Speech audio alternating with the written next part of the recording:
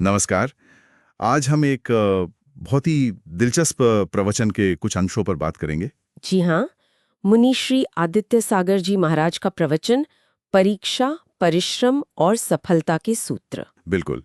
और हमारा मकसद है कि इस लंबे व्याख्यान से कुछ काम की बातें निकालें। जो किसी भी सीखने वाले के लिए फायदेमंद हो, चाहे वो एग्जाम्स की तैयारी कर रहे हो या जीवन में कुछ भी नया सीख रहे हो। सही बात है। तो चलिए शुरू करते हैं।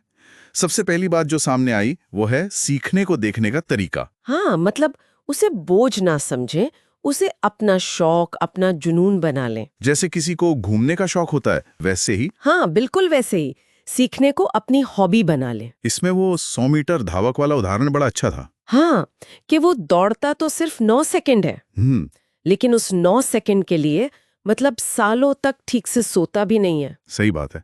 मतलब समर्पण कितना जरूरी है, लक्ष्य चाहे छोटा हो या बड़ा। और यहाँ एक और अहम सवाल उठाया गया क्या? कि लक्ष्य आपका अपना है या आप पर थोपा गया है। अच्छा।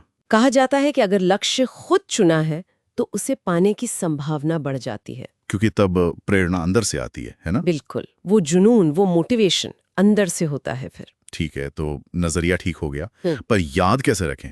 रटने को तो मना किया गया है इसमें। हाँ, रटने पर नहीं, समझने पर जोर है और प्रोसेस को एंजॉय करने पर। वो शोले वाला उदाहरण बड़ा मजेदार था। हाँ, है ना? जैसे कोई कहता है कितने आदमी थे, पूरी फिल्म, किरदार, सीन सब याद। सही में तो पढ़ाई भी कुछ ऐसी ही होनी चाहिए कि एक पॉइंट से पूरा चैप्टर दिमाग में आ जाए। लेकिन ये होगा कैसे?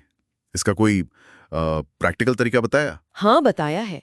विजुअलाइजेशन और स्मार्ट नोट्स, मतलब बड़े चैप्टर्स के बहुत छोटे नोट्स बनाना। छोटे नोट्स? कैसे? जानकारी को स्कैन करना, जैसे आंखों से फोटो खींच रहे हो। दिमाग की स्टोरेज क्षमता वो बहुत ज्यादा है, बस उसे सही तरीके से इस्तेमाल करना है। तो रटने के बजाय? रटने के बजाय उस लाइन को बार बार देखकर पढ़ें, फिर बिना देखे बोलें। दिमाग में शब्दों की जगह वो पेज की तस्वीर स्कैन हो जाती है। ये इंटरेस्टिंग है।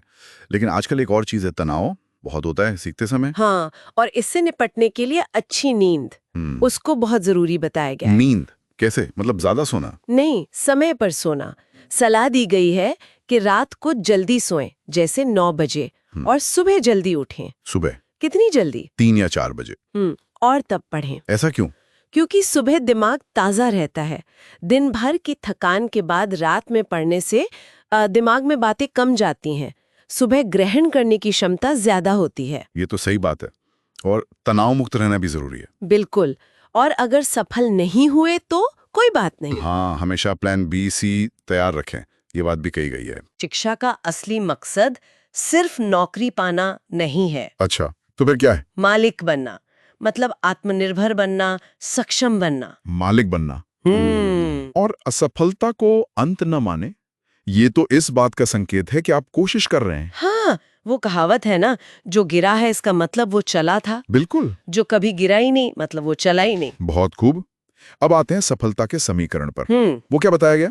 एक सीधा सा समीकरण दिया है, सफलता बराबर कड़ी मेहनत प्लस अच्छा भाग्य। अच्छा भाग्य मतलब गुड लक। हाँ, या जिसे प्रवचन में पुण्य कहा गया है, मतलब हमारे अच्छे कर्मों का फल।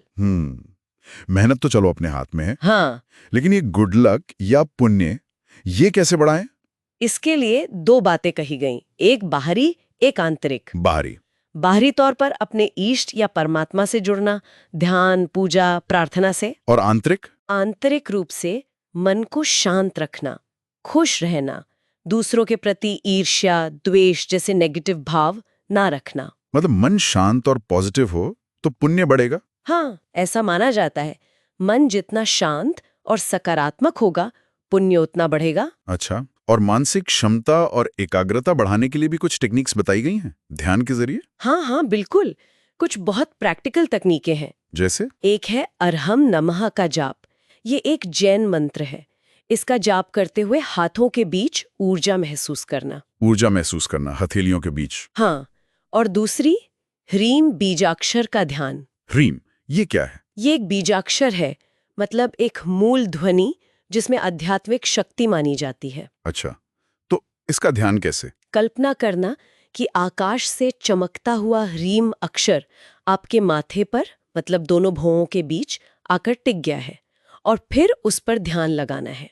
इससे एकाग्रता बढ़ती है। हाँ, माना जाता है कि इससे एकाग्रता और ग्रहण शक्ति दोनों बढ़ती हैं। और एक मुद्रा का भी जिक्र था शायद। जी, सर्वतोभद्र मुद्रा। वो कैसे करते हैं? इसमें दोनों हाथों की उंगलियों के सिरों को मतलब टिप्स को आपस में मिलाते हैं। अच्छा, ऐसे? हाँ, कहा गया है कि इससे दिमाग के दोनों हिस्से लेफ्ट और राइट ब्रेन बेहतर तरीके से जुड़ते हैं। और इससे?